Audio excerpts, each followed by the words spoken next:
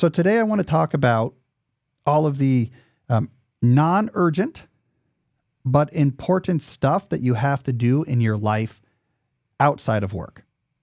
Right? This is a topic I've been struggling with recently myself. I've been thinking a lot about it, so I want to bring my thoughts, what I've come up with, to you right now. I'll start by explaining why these non-professional tasks can be particularly tricky to deal with. And then I'll describe a approach for dealing with them. I have 4 different strategies that I want to recommend, all of which I'm currently experimenting with in my own life. The spoiler alert is how you deal with non-professional tasks can look quite different than how you deal with the obligations in your own job. All right, let's start by trying to better establish what the problem is here that we're trying to solve. Like when it comes to work, I'm very locked in, right? I'm ambitious. I'm a professor, I'm a writer, and I'm a podcaster. I do all 3 of those things at a pretty high level. And I have a rule that all of that work has to happen within normal work hours. This requires me to be really on the ball. So I use, for example, multi-scale planning. I have a plan for the whole semester. Here's what I'm working on. Here's the big initiatives. Then each week I do a weekly plan where I look at that semester plan and say, which of these big initiatives am I making progress on? When am I going to make progress on them? I get things into the calendar. I clean up my calendar. I move things around. I cancel things. I see my weekly schedule like a chessboard on which I'm moving pieces. And then I have slow productivity principles that act as back pressure. I'm always adjusting my workload, my ratio of execution to overhead. I try to keep this all pretty much in a line. I'm trying to make a differentiation between I'm actively working on, non-actively working. I'm taking things off my plate, adding things. I want to make sure that my work is sustainable and I'm not overloading myself. Now, here's the thing. That's a well-planned, busy workday. So what happens once the workday ends? Well, first of all, I'm pretty exhausted because I've just executed the sort of productivity equivalent of the D-Day landing. It feels like that sometimes, trying to make all these things work. And my time after the workday is over is often already heavily spoken for with family stuff and personal stuff. I like to exercise most days. That eats up time. I'm schlepping kids all over the place. That eats up time. And we have all sorts of like non-professional obligations and events that are on the calendar. There's not a lot of time. So I'm tired and there's not a lot of time. Somehow, all of the various non-professional things needs to fit into these leftover slivers of time. This is difficult. So today I want to discuss some strategies for how to deal with this. All right. Strategy 1, resist the urge to time block your time outside of work. During my work day, I give every minute a job. I survey the time I have available and I want to make the most out of it. Here's what I'm doing for this hour. Here's what I'm doing for these 30 minutes. In this gap between these 2 meetings is what I'm going to handle these small tasks. This time is all going to be focused on this big project. I'm a big believer in professional time blocking. I think it roughly doubles the amount of stuff you're able to get done with the same fixed amount of time. If you have a ambitious professional schedule, it's pretty much necessary, or you're going to fall behind and get stressed out. It's also really hard. It's taxing because you have to keep forcing your mind to say, here's what we're doing now. Here's the time block we're in. Now let's just focus on execution. Now here's the time block we're in. Let's focus on that. You'll have to constantly be on the ball. You're focused. You give your brain very little breaks. If you try to do this in your time outside of work, it's too much. Your brain needs a break from completely structured approaches to time. When you time block evenings, when you time block weekends, eventually your brain's going to cry uncle. It needs flexibility. It needs a time to actually relax. So resist the urge to time block whatever little time remains outside of your work and outside of what's already spoken for. Strategy 2, on the other hand, weekly plan. So time blocking each of your evenings and weekends is too much, but you should consider your non-professional tasks when you're working on your weekly plan. All right. So a couple things matter here. 1, just reviewing the non-professional things on your calendar each week is useful. You know what's coming. Oh, on Wednesday, I'm taking the kid to baseball practice, and then I have like a dinner after that. That's literally actually what I'm doing today, and I'm recording this on a Wednesday. It also allows you to coordinate. Maybe you and your partner have a relatively intricate dance of who's going to take who and how things are going to get dropped off on a particular day. It gives you a chance to make those plans, to figure out in advance how that's all going to work. It also gives you time to make changes. You say, you know what? I agreed to have drinks with a friend on Thursday. This is going to blow up that whole day. It makes everything difficult. Let's move that to another week. You see the whole picture. So weekly planning matters. The other thing to do when weekly planning non-professional events is to get the time-sensitive stuff onto the calendar. All right? So this is a chance for you to look at your task list, look at the task list you have for your non-professional obligations. If you follow my system, you have boards, and you have boards for your non-professional roles divided by status. If there's stuff that's time-sensitive, these forms have to get submitted by the end of the week. The kids have to get their flu shots this week because the deadline's coming up next week. We have to go pick up the title and tags for our new car this week because the temporary license plate is going to expire at the end of the week or something. All of these, by the way, are like things I'm dealing with right now. You can get the time-sensitive stuff on your calendar. So when are we going to do this? You schedule out time, and now you'll treat it like any other event or appointment. Crucially, you can take time away from your workday as needed. Like maybe you have to go out to the car dealership to get your title and tags. You can look at your calendar and say, you know what, the way I need to do this is take a lunch break on Thursday to go do that, right? So it allows you to make sure the time-sensitive stuff gets done. And you know about it, it's on the calendar, won't be forgotten, and you can take time away from work where needed. All right, so far so good. But strategy 3 is what you should do with the non-urgent but important non-professional tasks that remain. This is the thing I've been struggling with recently, especially if you own a house or if you got a family or own cars. You can build up a really big list of things that do not have deadlines. And there's no one looking over your shoulder saying this has to be done. But they all eventually need to get done. If you don't do it in the future, it's going to cause problems, or until it is done, it is an increasing source of stress in your life. This is where things get difficult with your non-professional work. So what I actually did here is I just copied, I want to be concrete. I copied a bunch of stuff from my actual list that fall under this category of non-urgent but important non-professional work. I'm going to read some of these. We need to repaint the siding on our house. We have wooden siding, needs to be repainted. I don't even know where to start on that. There's a section of one of our backyard fences that's broken, needs to be fixed. Our patio ceiling needs to be washed, right? It's like dirty. We have a street-facing fence that's white, needs to be washed. I don't even really know how to do that. It needs to be done. I have 4 or 5 different bathroom-related repairs. There's regrouting that needs to be done. There's multiple towel racks that have been ripped off the wall, right? Like somehow the drywall has to be replaced and something has to be mounted on studs. There's a faucet somewhere that needs to be tightened, like it just flops back and forth when you touch it. There's a shower in which the thing that you use to turn the water off and on, you can tell, Jesse, I'm like an expert plumber. The water turn thing is like coming very loose. So I have like 4 or 5 bathroom related things. The gutters need cleaning after the fall leaves fall.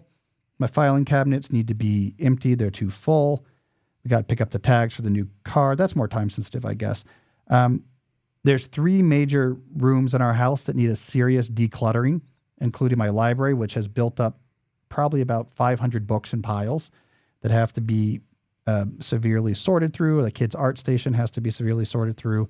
The home office is storing boxes, needs to be completely cleaned out.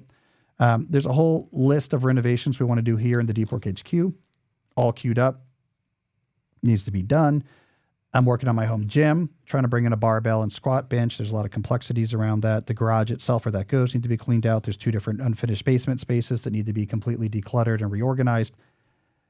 I need a new primary care doctor. The list goes on. None of these things have a deadline. All of them need to get done. All right, so now we're in kind of a tough situation, right? Because we have this big list. We're not time blocking our days, our days outside of work. We're just putting time-sensitive stuff on the calendar, weekly planning. how do we get our arms around these crazy lists of non-urgent but important household items that need to be done? Now, again, the temptation is to go back and try to time block them. And I've tried this before where I say, I am going to look at my free time, whatever it is, and I'm going to specifically start scheduling evening time, this hour here, this half hour here, this 45 minutes here for specific things on this list. It doesn't work. You're too tired. Your schedule is too much in flux. Things change. Kids are sick. Things take longer. Evenings are unpredictable, and your mind eventually says enough scheduling. Hey, it's Cal. I wanted to interrupt briefly to say that if you're enjoying this video, then you need to check out my new book, Slow Productivity, The Lost Art of Accomplishment Without Burnout. This is like the Bible for most of the ideas we talk about here in these videos. You can get a free excerpt at calnewport.com/slow. I know you're going to like it. Check it out. Now let's get back to the video. So what can you do instead? Well, I want to introduce here the notion of what I call the generic household task. This is like a single task, which you can define as like work on household stuff. And the goal is most days to spend some time, put aside some time as you're able to on the generic household task. Some days you only have 20 minutes, you fit it in like right after dinner. Other days you have like an hour free, you spend an hour on it. But you've simplified this huge list. Like most days I want to do some work on the sort of like household stuff. And you can keep this tracked in your daily metrics if you want to. Did I spend, any time on the generic household task today or not? So you can try to, most days you want to do work on it. Now, what do you actually do during the time you put aside each day on the fly? Like, let me go spend some time on the household task. Well, at the beginning of your week, you can make a sort of mini prioritized list of like, well, I want to start with this at any time I have put aside for the generic household task. And if I finish that, move on to this. And if I finish that, move on to this. It's like sort of a mini list of some priorities, right? So maybe it's like, I want to find a fence repair person and see if I can set up an appointment. I want to then work on my file cabinets. I'm going to order the desk for my office renovation and see if I can get the gutter cleaners called. This is an ordered list. So when you first have some time, you say, I'm just going to work on my generic household tasks. You're working on the first thing in that list. If you get done with that, next time you're working on the generic household task, you move on to the next thing. You just, some weeks you'll get farther than others. But you've reduced this massive list to a simple heuristic. I try to spend at least a little bit of time every day on these sort of like non-urgent but important household stuff. And that's it. And that's the heuristic. And that's all the planning that happens. You're not exhausting yourself. You're not overstructuring. Some days you have no time. Some days you have a lot of time. Some days you have a little time, but you do like the pressure if I want to do at least a little bit most days. You check it off on a list to see. Here's what I've observed about the generic household task. We call it heuristic. A lot gets done over time. When you're just used to, like most days, I put in some time on these type of things, and it's clear like what to do if I have time. Stuff adds up. Like a particular Tuesday might not be that exciting. You're like, I only spent 20 minutes on something. But if you go Tuesday, then Wednesday, then Thursday, then Friday, then Saturday, then Sunday, and you wrap it around another week, stuff begins to pile up. Progress is made on this big list. Now, the list will keep growing as you come up with new things, but the point is the amount of accomplished work gets big. Now, eventually those gutters do get clean and the fences do get repaired. And there's a day where finally someone comes in and fixes all those things in the bathroom. And it's like over time, progress happens. It changes your mindset from I have this list I want to finish to I have a process where I always want to be making progress on those type of things. We were discussing this. It came to mind the other day when I was talking to some board members from the school where my kids go. And they were talking about how with facilities, when you run a facility, you just have this ongoing budget. You assume stuff breaks on like a regular schedule. You budget for that in advance. And you just assume like every year there's like a certain number of things that break in the facilities that you repair. It's not seen as we have a steady state and then something breaks when we go and fix it. It's like this is just how you run a facility. You have a budget for, the AC will break every 10 years. Like the AV will break on average, like every 3 years. So the goal is just to have the process you're constantly like fixing and repairing, not you have some list you want to finish and then you're done. So that has been useful to me. The generic household task heuristic, very little pressure, very little fatigue, very little overstructuring or burnout, but you keep on top of things. All right, final strategy I want to mention here, automation. As you go through these generic household task items, anything you get to that happens on a regular basis, like you clean the gutters and you're like, you know what, this has to happen twice a year. Like it happens predictably, automate it. And that might mean in the easiest sense that you just add a recurring event on your calendar. And in that event, you have all the information you need. So when you get the gutter cleaning time again in the next season, this event pops up, call this number, set it up, here's how much it cost. And it just goes on it's like a timed thing on your calendar. It's not something that you have to have on a task list and get to. Car washes can go on there. Cleaning. Oh, I have to power wash the patio or whatever. Wait a second. Just when does that happen? Let me put this on the calendar now. So when in the future, I don't have to wait for it on a list. It's always there. It takes things off of list and just make them happen when things happen. So the automation also reduces the pressure here over time. More and more things just happen when they need to happen without you having to remember to do them or have them on an intimidating looking list. All right. So that's my advice for non-work tasks. I'll summarize again. Resist the urge to time block everything, but do integrate non-work tasks into your weekly planning. For the non-urgent but important tasks, just have the generic household task heuristic, so progress is constantly being made without you having to do a lot of planning, and finally automate everything that can be automated as you get to it. And that, again, is going to relieve your stress and get things done with even less consideration. And so that's what I'm working on now. My lists are endless, but these type of strategies help me keep on top of them without having to make every moment of my life be overscheduled. The household task heuristic, just that list is getting long, by the way. A lot gets done over time is a common theme with a lot of your stuff, work related and not work. Yeah, I mean, I think that's the key to a lot of things. Stuff gets done over time. We had the 10-year rule episode a month or two ago. Like, important projects in your professional life happen over many years. That's when the cool stuff happens. Household stuff, it's just like you have this background thing going on. It's not something that you ever want to be done. You just want a process that keeps you on top of it. Yeah, it's a different way of thinking about it, as opposed to like I have a list of things I'm going to do, and then I'm done with those things, I've accomplished something. Your list is only going to get longer when you buy your farm to write with your writing shed. Oh man, I'm reading a book about a farmer right now. There's a lot of work farmers do. A lot of equipment repair. I would be a terrible farmer. I would be, they repair a lot of stuff. Anyways, yeah, when I buy my farm with my writer shed, I'm going to have like a staff of 30. You know how like rich people buy these like horse farms, these like show farms where they just... Yeah, in Middleburg, Virginia. Yeah, in Middleburg, Virginia, and they have like these huge staffs. So they don't actually have to do anything.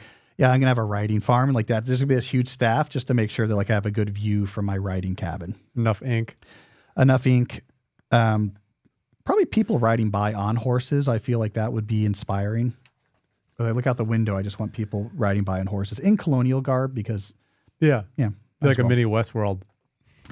I want to build a Westworld to help my concentration for writing. And I think this is only reasonable to build an entire fake world full of artificially intelligent cyborgs just to put you into the right mindset for deep work.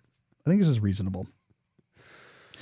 All right. Well, anyways, we got some good questions coming up, but first, why don't we hear from sponsor?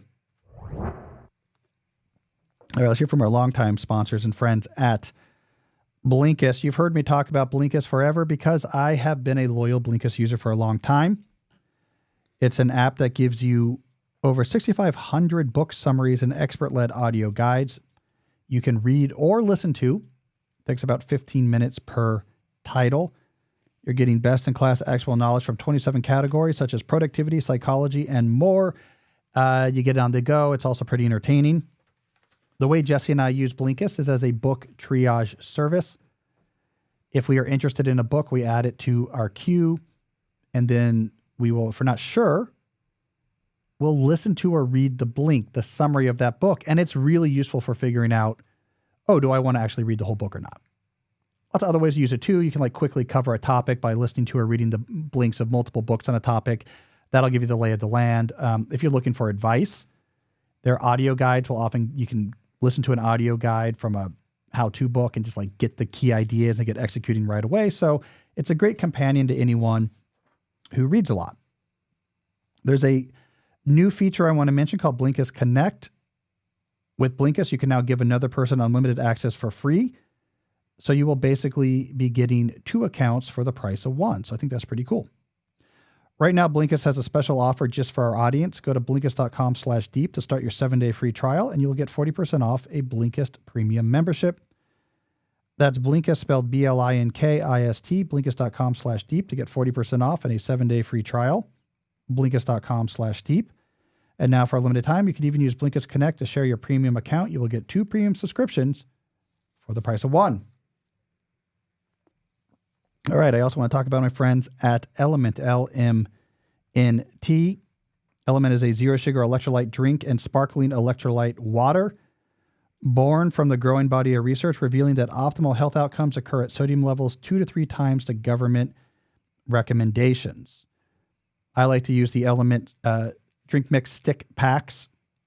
So you kind of like rip open this powder, you add it to any water bottle, and it gives you a meaningful dose of electrolytes. But the key thing is it's free of sugar, it's free of artificial colors or other dodgy ingredients. So you don't have to worry about, in pursuing hydration, adding other junk to your body. I use Element all the time. Our ad agency sends me big boxes of this stuff because both my wife and I use it. After every workout, I use it. In the morning, I use it to get rehydrated. After a long day of speaking or podcasting, I drink it to get rehydrated. It's got those electrolytes. It's got great flavors, and no bad stuff. If you prefer it even easier, you can get the sparkling water with it already mixed in. Just grab that from the fridge. You can also drink it hot. They have these limited time flavors like chocolate mint, chocolate chai, and chocolate raspberry. You mix in the hot water.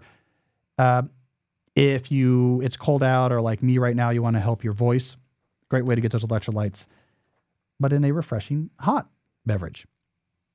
All right, good news. We have an offer. If you go to drinkelement.com/deep, you will receive a free Element sample pack with any order. You just have to make sure to go to drinkelement.com/deep. All right, Jesse, let's do some questions. Who do we got first? First question is from Jill. In your organization system with quarterly goals, weekly plans, and task boards, where do you place projects that arise unexpectedly but are necessary and take longer than a week, but aren't part of your quarterly goals? For example, being tax audited or buying a house. First things first, you're mixing up a few things here. So you said quarterly goals, weekly plans, and task boards. So there's a couple different things going on here that are getting mixed together. There's multi-scale planning, which is quarterly or semester plans, then weekly plans, then daily time block plans.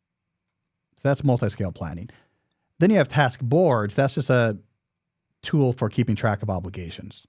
You would review your task boards, for example, when doing your weekly plan. All right, so what you're talking about here, projects with some time sensitivity, like a tax audit or buying a house, like you're working on them during a certain time frame. Those would probably go on my quarterly plan. Like, hey, one of the things I'm working on like this November is house buying. Like we really want to try to hone in on, a neighborhood and see if we can make an offer. Or I have a tax audit going on. So for the next 2 months, I need to here's what that means, and here's what needs to get done, and here's some milestones. That's perfectly fine to be in a quarterly plan or a semester plan, however you do it. Because then you'll see that each week when you're making your weekly plan and make sure, if important, that there's time, if possible, put aside to make progress on those goals. So that's where I would put it. I would put in the quarterly plan. They could also show up on your task board, right? You could have the next step. If it's, another way to deal with it is you could have like the next step, I need to get loan approval, or I need to like ask the accountant these questions about the information I'm gathering. You could have those in your task board, give them their own status list, house project, tax project, where you can start building up the task. If you have a lot of tasks you want to keep track of with accompanying information, when you're doing your weekly plan, you'll see those columns and sort of make sure time is put aside.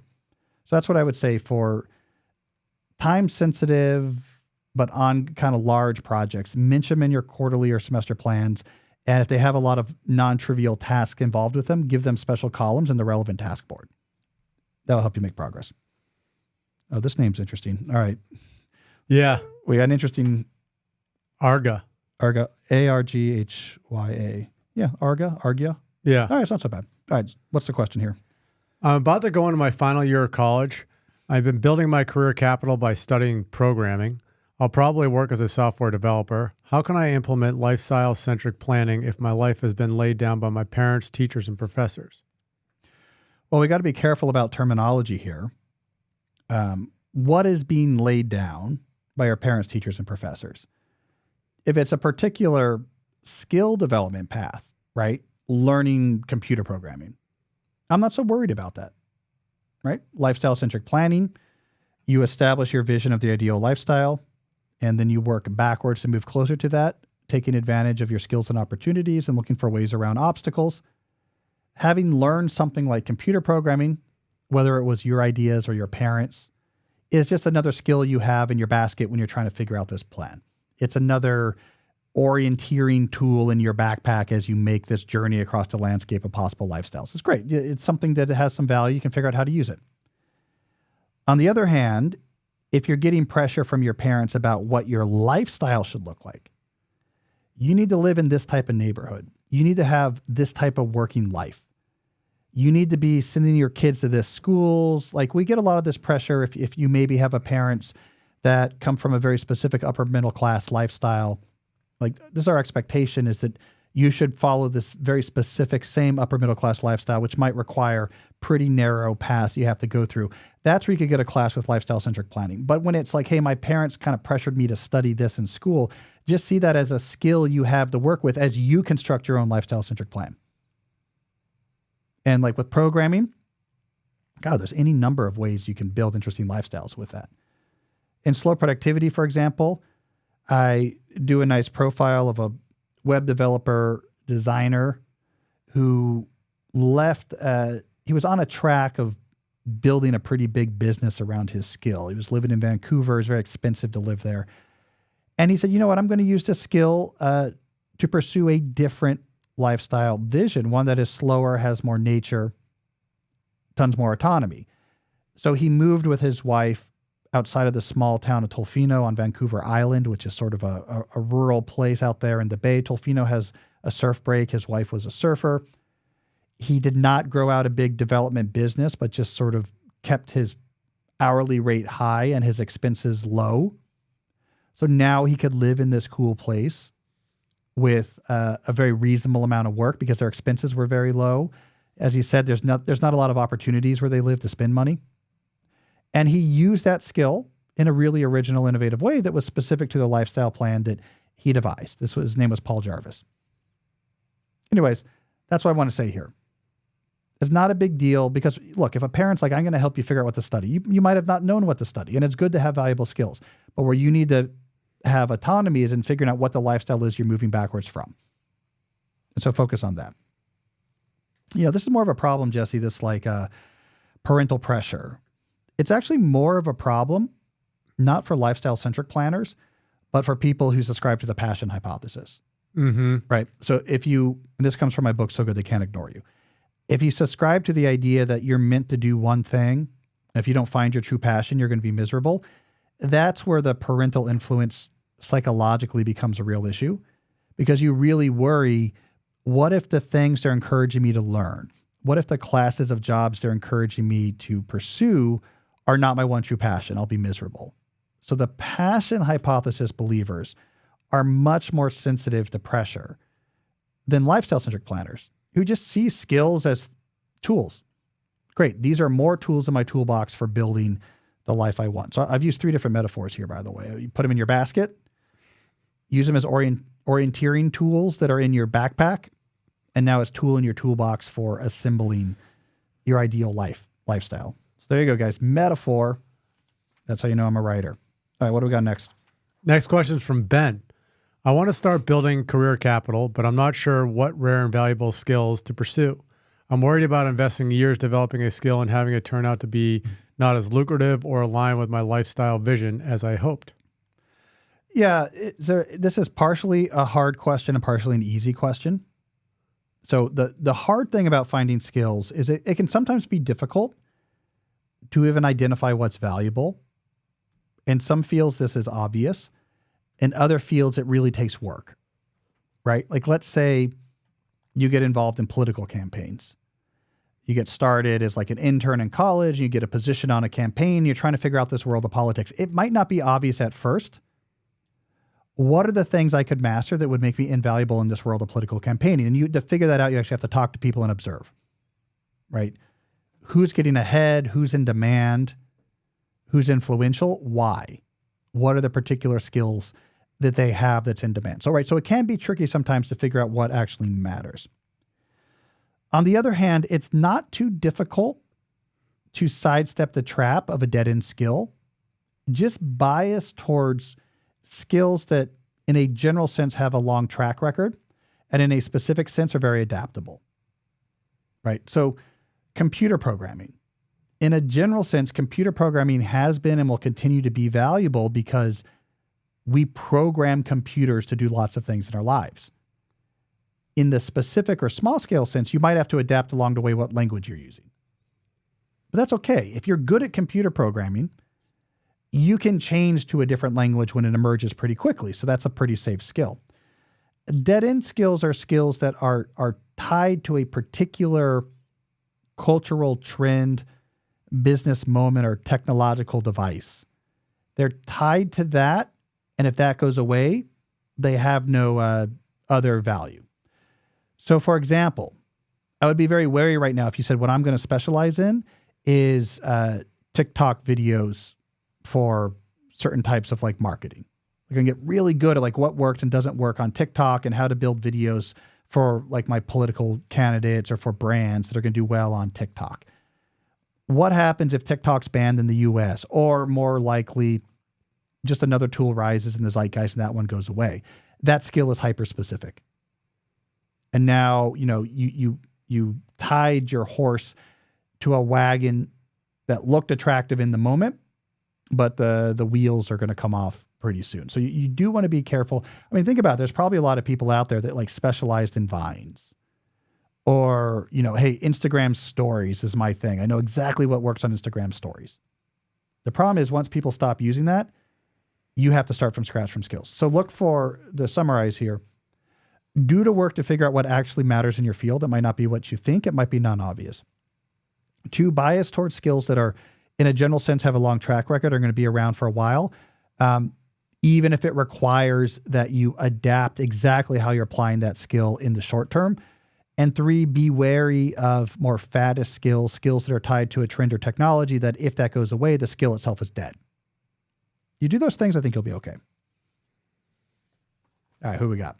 Next question is from Margaret. I'm a mother of 3 and a writer. I had success with my first book, but needed to quit social media to write my second. It's set to be published next year. Should I go back on social media for promotion now that it's finished? I don't think my presence on social media moves the needle at all in terms of sales, but it can be important for connections and driving attendance at events that occur with publication. Well, look, you're right. In the long term, it doesn't matter. It doesn't move the needle on sales in any sort of meaningful way. It's not going to be what stands between you having a successful career as a writer or not. And I'm completely fine with you not using social media. If you feel like for the relationship with your publisher, you need to be doing something new media, I think that's completely fine. If you don't really care about it, you can set these things up in a way that has very limited impact on your life. So what I've seen fiction writers do, and I think this is a perfectly fine template, their ultimate goal is to get people onto an email list where they can send updates about events, what's going on with their books. Email lists convert very highly when it comes to book sales, much more so than almost any other type of metric of online following that you can have. So they have an emailing list. Now, how do you get people onto that mailing list? Have some sort of regular content that's low lift but interesting. And it really could be like updates on your writing or your writing progress. It could be, here's the books I read this month. This is a good one. I'm just going to go through what I read this month. You only have to write this once a month. And here's the books I read and quick summary of them. People love book recommendations, especially if you're in the fiction world. So you have some value on there, but it's a very low lift. Then you can have some sort of algorithmic presence to try to drive people to it. So by algorithmic presence, I mean somewhere where you are out there in the world of new media and recommendation algorithms could drive audiences to you that you otherwise wouldn't have direct access to. The key here is whatever you pick to automate it and not spend much time on it. So maybe it's an Instagram thing. If it's an Instagram thing, though, again, I don't want you on Instagram. I don't want you looking at Instagram posts. I don't want you reading comments on Instagram. It's I post a quote. I post a book I like. I post a writing update. Maybe I even have someone do it for me. It's not on my phone. It's done from my desktop. It's a schedule, as much of a schedule as watering my plants. And I think about it when I'm not outside of those moments. I think about it just about as much as I think about watering my plants when I'm not watering it. It's just not a big part of my life, but I do it and the plants stay alive. So maybe you're doing Instagram. Maybe you're doing TikTok, though that can be pretty difficult. Maybe you're doing YouTube. Brandon Sanderson, who, if you're not familiar with Brandon Sanderson, he wrote Name of the Wind. And if you have any comments about that, you can send them to jesse@calnewport.com. He loves to see them. I should clarify, every time I make this joke, a new listener gets really upset. We know Brandon Sanderson did not write Name of the Wind. This is an insider joke on the show, okay? So Patrick Rufius fans it's okay. We can chill. Brandon has really, really leaned into YouTube. And like one of the things he does is have these writers updates on YouTube where he's like, here's how many pages I wrote this week. Here's what's going on with this project. Here's what's going on with that project. Like people love that. And that's a way for audiences to potentially find them. And so sure, have an algorithmic presence if you care about this. Again, I don't think it doesn't make it matter long term doesn't matter. What matters is the book great. But I get it. In the short term, you want your publisher happy. It's anxiety reducing and you want people to show up to your book signings. I get it. So have something that is in the algorithmic media world that you post to intentionally and on a regular basis, but otherwise completely ignore the technology and always be driving towards a mailing list where you have some sort of value on it. I think that's probably the sweet spot right now for writers. So you're taking your intentional swing in algorithmic space, but not letting it be a part of your life. And then you have a mailing list. You know, it probably will do nothing, but that setup's not going to hurt you. If something catches on though, it does give you the chance of like riding that wave or taking advantage of it. But again, with books, what matters is the book being great. Like ultimately that matters. Most of the writers who are killing it right now, no one cares about their online presence, right? Like no one cares about Kristen Hanna's Twitter account. Like her books sell because they get passed around. Hey, I love this. I love the women. Like you should read this novel. You know, Lessons in Chemistry sold all the copies in the world, not because of TikTok, but because people started passing it around. You got to read this book at book groups, right? Deep Work sold a ton of copies, not because of my blog. People just, hey, I like this book. You should read this book. So, you know, ultimately it doesn't matter, but that's what I would recommend if you're an author and you want to be doing something. That's probably right now, I think, the sweet spot. Don't podcast, by the way, unless like you really want to do podcasting as a business, right? Like podcasting is very hard. It takes up time and money and it's not worth it unless you're making a real run at having a real business. And so don't do that unless like it's actually a part of your business plan. That's not casual. Sound quality is big too. The sound quality is big. YouTube, you have to be careful about. YouTube is hard. Like Jess and I have learned this. You can't just record yourself and put it up there and say people will find it. It's like pretty difficult. Mm-hmm. Thumbnails, titles, exactly like how you cut into these videos. So you have to be super specific and intentional. And the stuff you think that will do well probably won't. But, you know, it's not a bad idea. If you find something that clicks, a format that works, like Brandon Sanderson's Here's How Much I Wrote This Week. Like if you find a format that works, it could be good. So that's my recommendation. So Brandon does it from the layer? He does it from the layer. Yeah. So he does, we should bring it up. Can I bring it up on here? Yeah. I'm actually curious. Let's look. I still want to get out there and see the layer.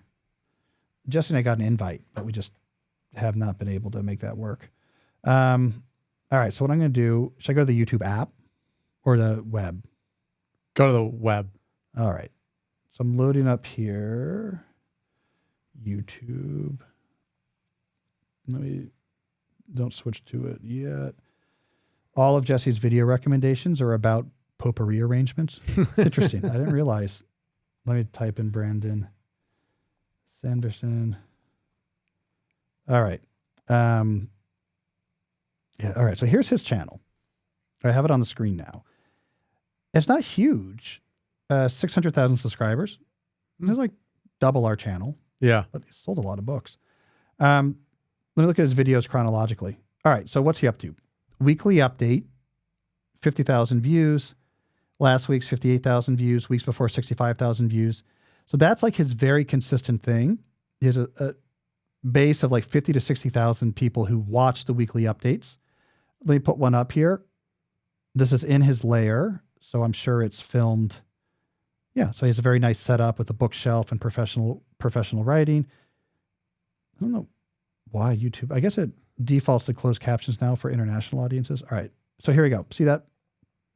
See on the screen, that graphic? Yeah. That's like what percent of the book he's done with. So like this is his most popular thing he does. He's tried other things. So he has this podcast, Intentionally Blank. These do half the traffic. So this is like him talking with the co-host. They do like half the traffic. And then, so that's more for him. I think the weekly updates keeps his fans engaged. I don't know, the video podcast, this is more, it's just him with someone else. And they chat about things, but it's not nearly as popular. And then he does one-off things on here as well, like a fan event. Like, let me put up a video of me doing a fan event, etc. And those don't do as well either. So anyways, I think it's kind of cool, right? Like he has a very specific strategy. He does these weekly updates. That's his relationship with his fans. That's what, he got this set up once. But notice these aren't huge views. For someone that famous with 600,000 subscribers, all of that work, it's still going to be like a core group of people. Yep. So there's an example. All right. Let's, what do we got next? We have our slow productivity corner. Oh, excellent. Let's hear some theme music.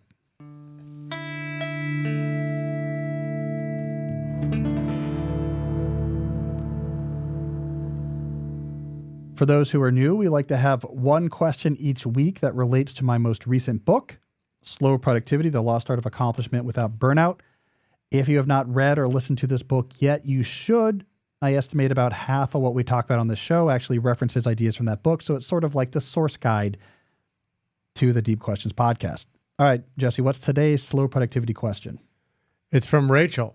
How can I do fewer things if I'm expected to bill 40 client hours every week? Well, I think this is one of the more common questions I hear about the philosophy of slow productivity. There's 3 principles to this philosophy that I outline in the book. Do fewer things, which is what the question's about. Work at a natural pace and obsess over quality. The concern people have about do fewer things tends to be based on a misunderstanding of what's being proposed. They read do fewer things as work fewer hours or accomplish fewer things. That's not actually what it means. I think we've become used to, over the last 5 years, we've become used to a sort of anti-work rhetoric that really focuses on an antagonistic relationship with work, and therefore to repair our existing issues with burnout, we need to reduce the amount of work we're doing. So that homogenizes all work as work, and what it measures is how much you're doing. And it says, look, there's these pressures, be them capitalistic or cultural, that's pushing you to do too much and you need to do less. Right? This would be at the core of books with do nothing in the title or the quiet quitting movement, etc. Slow productivity is coming at this from another angle. When it says do fewer things, what it really means is do fewer things at once. And it's actually a very practical argument. Everything you agree to do has 2 components with it. There's the actual execution of the work itself, and there's the administrative overhead that comes along with collaborating with other people and gathering the information you need to do the work. The amount of administrative overhead per task is fixed. So as you say yes to more and more things, the total amount of administrative overhead in your calendar goes up. But administrative overhead is highly distractive and highly inflexible because it's not just you deciding to do it. You got to send a message. You got to wait for a response. You got to get on a call. You got to go into a meeting. So as you have more and more administrative overhead, more and more of your day is spent servicing the administrative overhead, leaves you less time to actually execute the work. Quality of your life goes down, exhaustion goes up, and the rate at which you finish things goes down as well. So do fewer things means do fewer things at once. It has nothing to do with the total hours of work that you do. And if anything, it'll increase what you accomplish. So in the context of billing hours, it would mean, look, work on less clients at a time, but you'll be able to give each of those clients more consecutive time. And we'll probably finish or get the major milestones with these clients faster and a higher level of quality. All of this against the same backdrop of I bill 40 hours. It's like, what are you doing with your 40 hours? What's the ratio of deep work execution versus administrative overhead in those 40 hours? As you make the former larger, your work will be of a higher quality and it'll also become more sustainable. All right, so that is our Slow Productivity Corner question of the week. Let's hear that theme music one more time.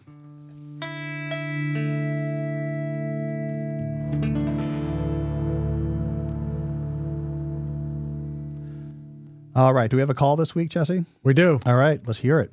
Hi, Cal. My name is Anna, and I work in campus ministry at a college campus. My deep work ministry is definitely focusing on relationships and events that we have. So I love your idea of simulating my own support staff to sort of get the administrative tasks done so I can focus on what's most important.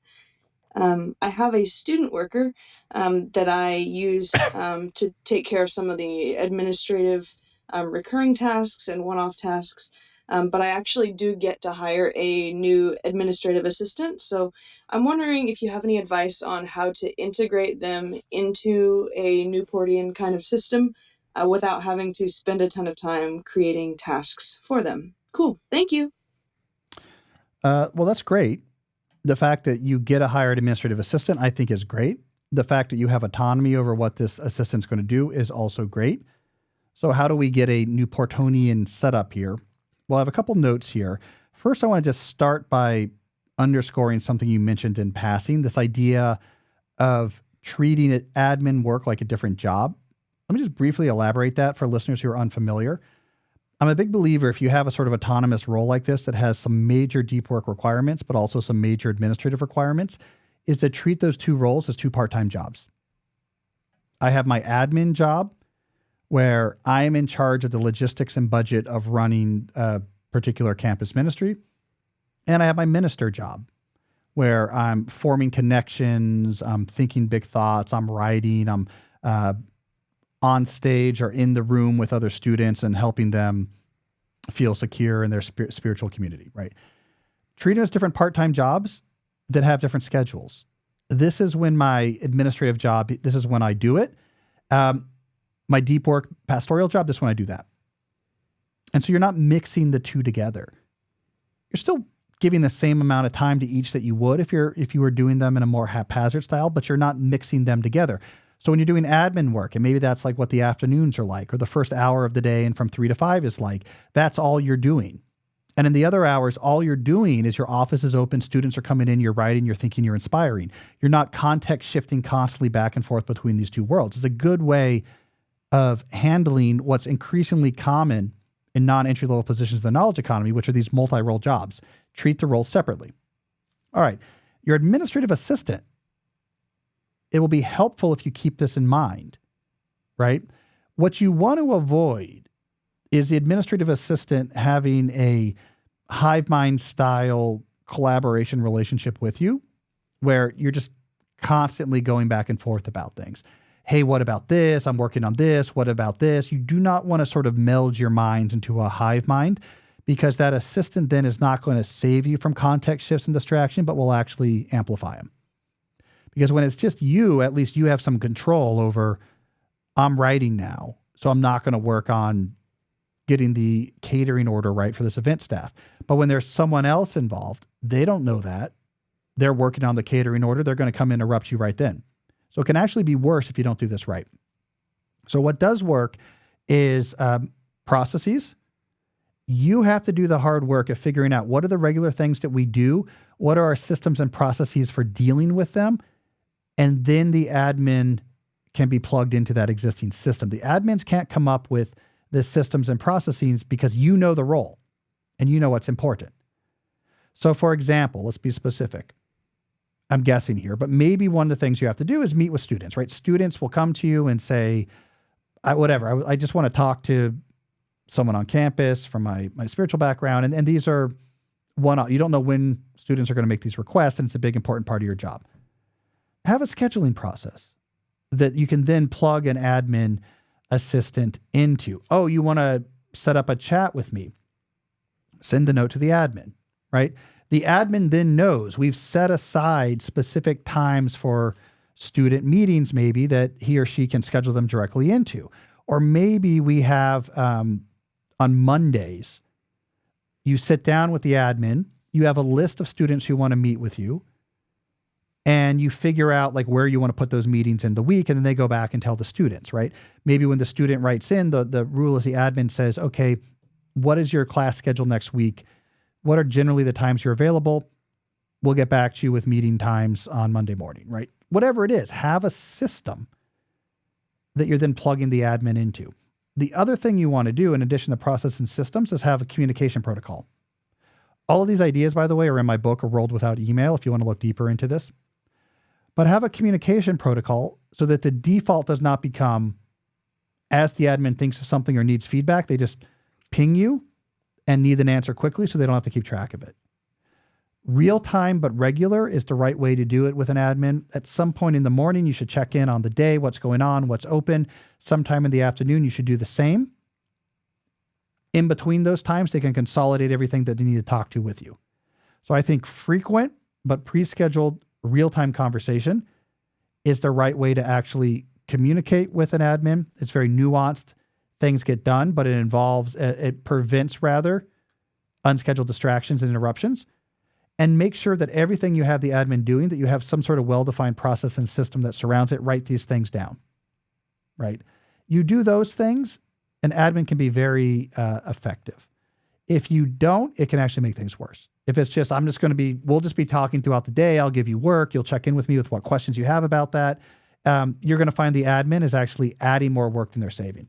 So it's a good question. You're in a good situation if you handle it carefully. And I think that based on your call, I think you probably will.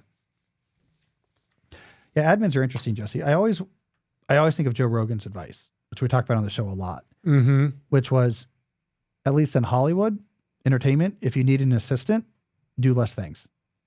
So that's like where I start. If you need an assistant, you're doing too much. But in some roles, the role is really well-defined, like being in campus ministry. A well-deployed assistant can really make your life easier. Yeah. There should be more support staff in general, I think, and like most jobs. It's crazy. It's crazy the way we do this. They have so many roles on individuals. We think that this is somehow more economically efficient, but it's not. Mm-hmm. A campus minister that also has to be the administrator of like a complex campus ministry is very bad. It doesn't do as much ministering, right? An executive that has to spend all this time like emailing back and forth with HR and booking flights or this or that. It's just way worse at being an executive. We don't always think about that. All right. Looks like we have a case study. So what we try to do is people send in to jesse@calnewport.com their stories of using the type of advice we talk about on this show in their own life, so we can see what it looks like in practice. Today we have a case study from Hannah. Hannah says, I'm a software developer. In software development, we have this process called pull request review. When your work is put in a pull request, and it must be approved by one of your peers before it can be considered done and merged into the code base. All right. This is a technical thing, but programmers know about it. This is me talking now. Just think about pull requests as you basically saying, I changed some code from this complicated system that I want to now add back to the system. And a pull request says someone is going to check it before it gets added back in. So it ensures that someone doesn't mess up something about the system. All right. I joined the team as a more junior developer, and I used to feel like a big part of my job is to immediately check the pull request from the senior developers. And if there's no serious bug, I should give a quick stamp of approval so their work can move on and be merged.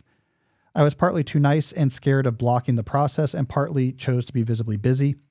By participating in the pull request review, as soon as the notification came in, I felt like people can see me working. Stepping away again. This is a classic example of what I call in my book, slow productivity, pseudo productivity, which is the use of visible activity as a proxy for useful effort. All right, back to the case study. This approach, however, requires constant context switching and turns me into a zombie, checking Slack and emails all the time, hunting for visible work. After reading Deep Work, I decided this has to change. I started with time block recording just to have an account of how my time was spent and was appalled to find out how much went into checking Slack and getting distracted.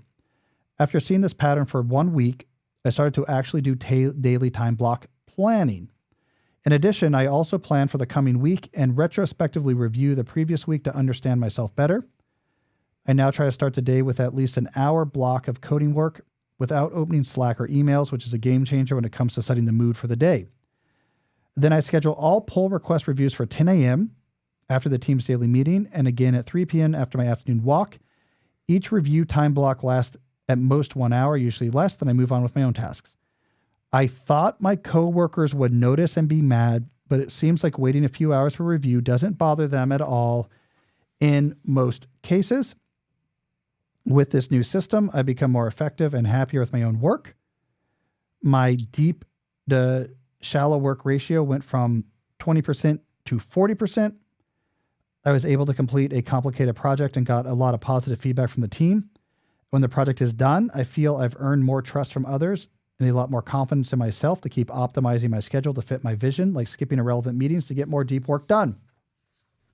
All right, it's a classic example of the type of principles we talk about here on the show in action. Pseudo productivity convinces us, we talk about this all the time on the show, it convinces us that there's these committee meetings where our peers and bosses are studying our every response. They have bar charts of the average latency between pull requests and completions, and they're looking for anything different. And as soon as they see a change, I've noticed that, see, this was from Hannah.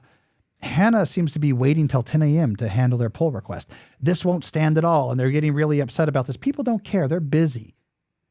They finish something, they move on to something else. What they notice is if you're negligent, if you skipped pull request, if you would often have a day or two go by, that would flag negatively and people would notice. But the fact that you've batched these at 10 and 3, no one cares. They get done, right? But you've made your life more easier. The other thing that happens, as we see in this case study, is that as you move away from pseudo productivity, you begin to obsess over quality, one of the principles of slow productivity. I like doing deep work. I like producing stuff that matters. I get good feedback when I do stuff that matters. Suddenly, pseudo productivity and all the performance of busyness seems less appealing. The more you care about quality, the more likely, as we see in this case study, you are to say, I'm not going to that meeting. Or I'm not going to even look at my Slack until 10 a.m. Because you get addicted to the rewards and positive feeling of doing good work. And that's why obsess over quality, I say, is the glue for the slow productivity philosophy. If you don't do that part, everything else becomes just like an antagonistic relationship with your work. If you don't obsess over quality, but you're still trying to reduce the number of things you work on concurrently and work at a more natural pace, it's just like, I don't like work. I want to do less of it. I want it to be less hard. When you obsess over quality, you start doing those things because it lets you do better work. When you obsess over quality, you gain more freedom to do those things because you're doing better work. So I see this as a great case study of what happens when you leave pseudo productivity and you embrace the type of ideas I talk about in slow productivity. All right, we have a final segment coming up, a Tech Corner.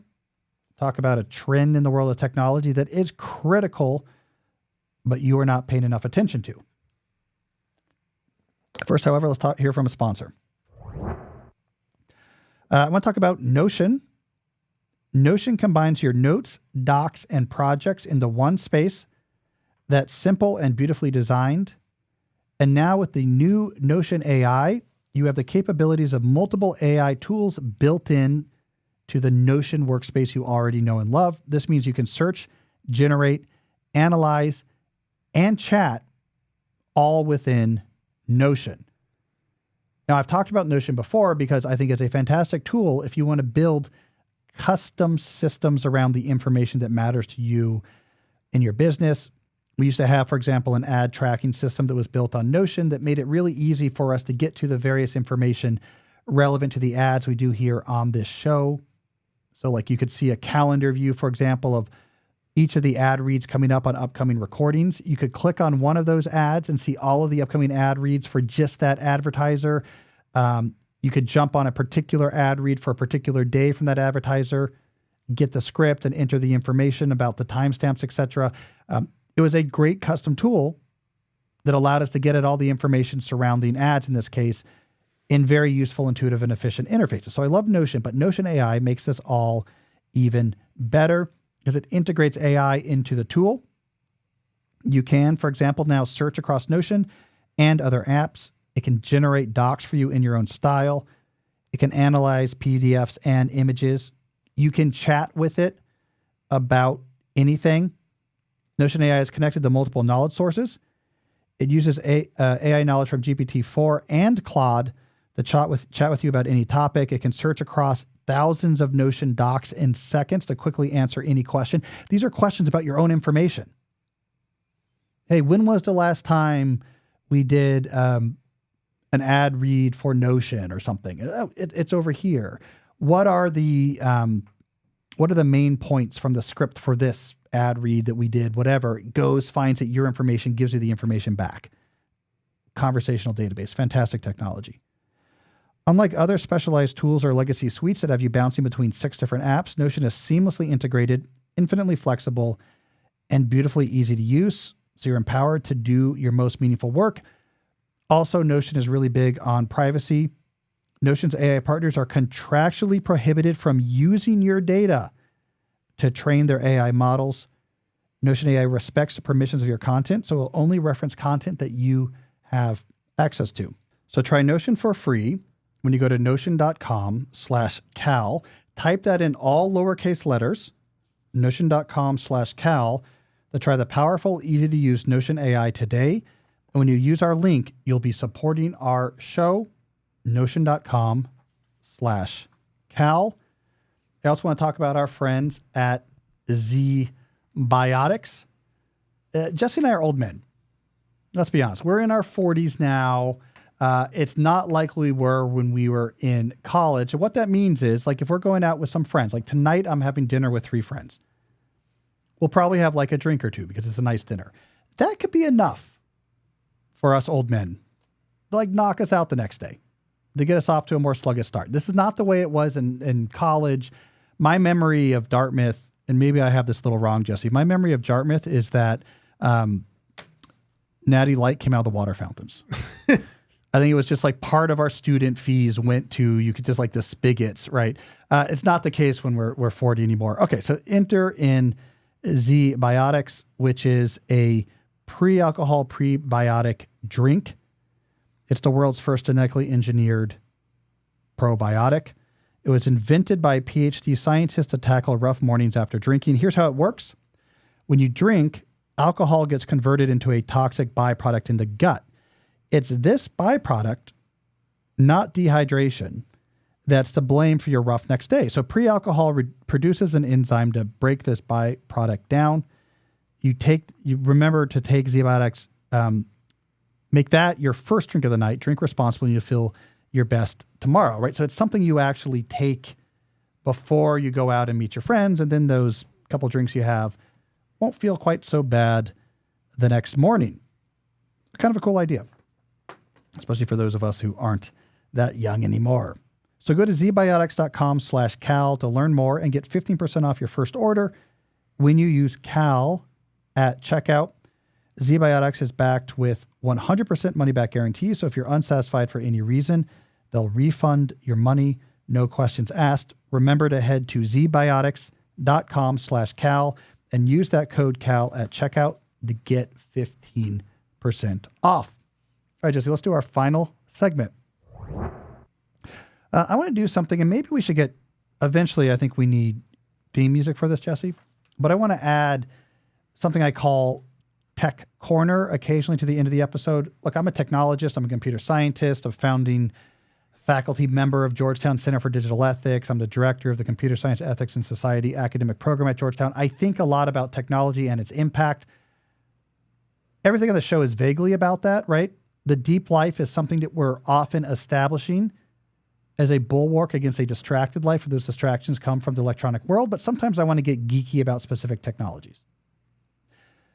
Today, I want to briefly talk about advances in a trend that I think is one of the most important trends in technology that most people are ignoring, and it has nothing to do with AI. All right, I'm putting a video on the screen here for people who are watching instead of just listening. What you're going to see here is a video from a company called Immersed. You see a man holding up what looks like a smaller version of Apple Vision Pro, kind of looks like ski goggles. These are important. All right, here's someone wearing them. All right, so Jesse, what do you think about these goggles? These still aren't casual. You would notice if someone was wearing these. Right. But they're like small ski goggles with a cable coming off of them. All right, so what do these do? I'm going to zoom ahead here to them in progress. All right, we see on the screen what the person wearing the visor sees, which is their computer screens, but floating in space against a sort of scenic background. You can also use these with pass-through. Let's fast forward to that, where you see your actual space around you, but with these computer screens floating. Here's what's important about this particular product. It's called Visor. It's from a company called Immersed, a company that I actually profiled in the New Yorker back in 2021. It's about a third the price of Apple Vision Pro, right? Why is it about a third the price?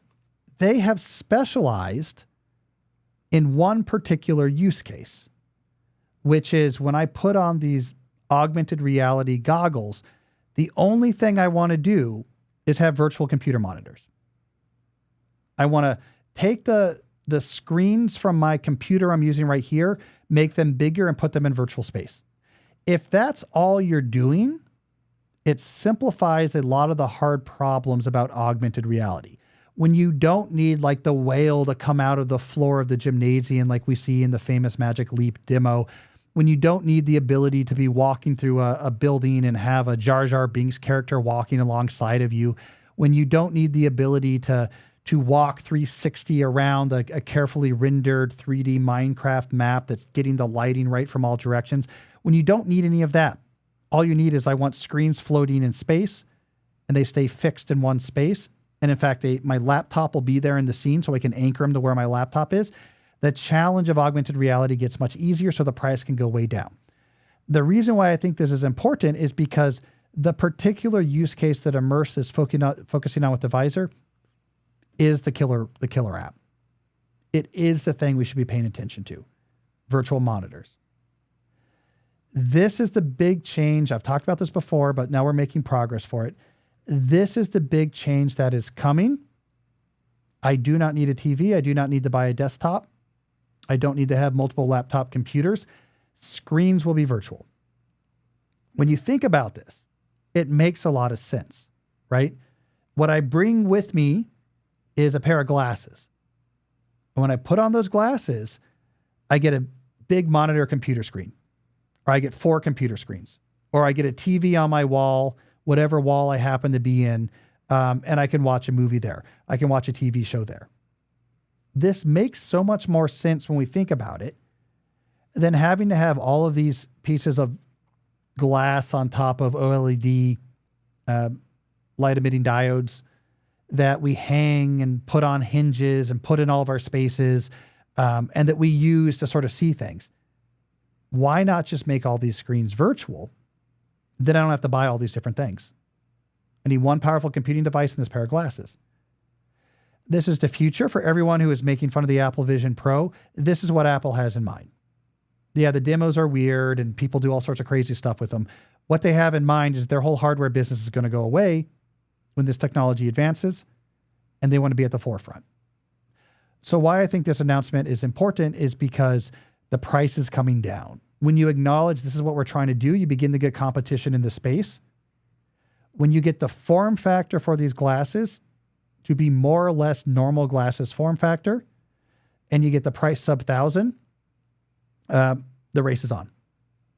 Now you're in a killer app space where you're going to start to begin to see widespread adoption. So is there going to be a future in which everyone has on, like just walking on the street, on the subway, at their chairs at Starbucks, at their offices, where everyone has on basically what looks like thick Ray-Ban glasses. Is that going to be the future where everyone has on glasses? I say the answer is yes. And I think that feels weird to us right now. Could you imagine just everyone you see has these glasses on that can just put screens in front of them when they need it? But is it really any weirder to someone in the 1980s if you talked about a world in which everyone was going to be carrying around a small rectangle with a piece of glass and just looking at it everywhere, like holding this thing up in front of their head? Like, this looks pretty weird. And yet now we're completely used to that. That you walk into almost any public space and everyone is looking at this thing in their hand. In 1982, when I was born, if you told people that's what we're going to see 40 years from now in the future, they'd be like, you mean like Star Trek?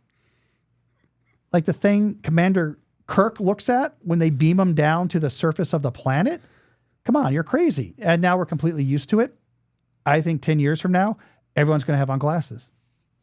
Everyone's going to have on glasses. It just makes too much sense. There'll be some computing device as well. It'll be like a phone, maybe a little bit thicker. It's going to have like most of your computation. Your data is going to be in the cloud. This is going to make, we're going to see this. There'll be first adopters, but companies are going to be quick to this once the price is right, because you can just look at a budget, an IT budget for a company, right? Man, we have to buy all of these computers. We have to replace them every 3 years. We have all these projectors in the conference rooms and these TV projectors, and those break and we have to replace them. We have like the phones people use, and those have to be updated, and then we have to keep the software updated, and we have to force people to update the software on all these different devices. And they say, what if we just bought everyone a $500 pair of glasses, right? And now every conference room, every desk, like we just have all the screens they need. It's all there virtual. Everything is software-based. We can update it in the back end as needed. It just makes a lot of sense. For individuals, like, yes, I want 5 monitors or 3 monitors. Or I want my email over here and the thing I'm writing over here and the Slack chat over here. Yes, I want multiple monitors. People are going to get used to that. And if putting on the glasses gives that to you at home, at the office, when you're hot swapping desks, on the seat in front of you on the Delta flight, people will want that. The ability to shut off the world and replace it with a virtual reality world, I think that will be useful as well when people want to focus. Hey, I want to focus. I want just one screen where I'm writing, and I want to be, in Mordor or whatever. Like, that's going to be important as well. So anyways, I have been pitching this future, this end of reality in which screens become virtual. I've been pitching this for a long time. This is a key milestone. Other OEMs figuring out, if all we need to do is screens, we can make these things cheaper. This is the beginning of the end for screens. Now that it's no longer the super high-end products, it's not Meta's Quest doing some of this, but also doing games. It's not Apple Vision Pro trying to do all possible augmented reality things for $3,000. It's a smaller pair of glasses that just does screens for $1,000. That's going to lead to a smaller pair of glasses that just does screens for $500. That's then going to lead to smaller glasses that does the same thing. And then we're going to have a real change. So anyways, that's my tech corner for this week. Keep an eye on augmented reality. Forget the crazy stuff. This is all about having 3 screens at your desk at Starbucks. We're getting closer to that future. I heard, however, their event didn't go well. Oh, really? Yeah, they had a big event this summer. They invited me, but I think the demos weren't ready yet. So a lot of people came, and they didn't have the visor ready. But anyways, I think this direction, Immerse is going to do well. Apple's going to have a lower-end product. Everyone else, Meta is working on the frames. So Meta has the right size frames with limited functionality, and they're working backwards from the frames to the technology.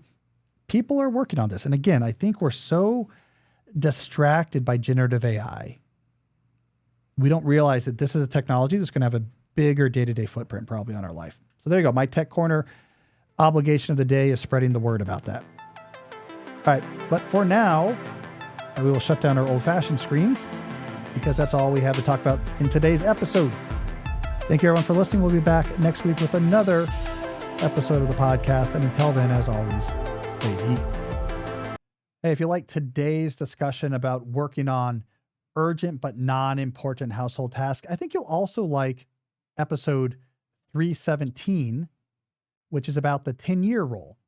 about how you make progress on very long-term but important non-urgent projects. Check it out. I think you'll like it. So today I want to talk about a common feature that comes up when you study the lives of people who have embraced depth.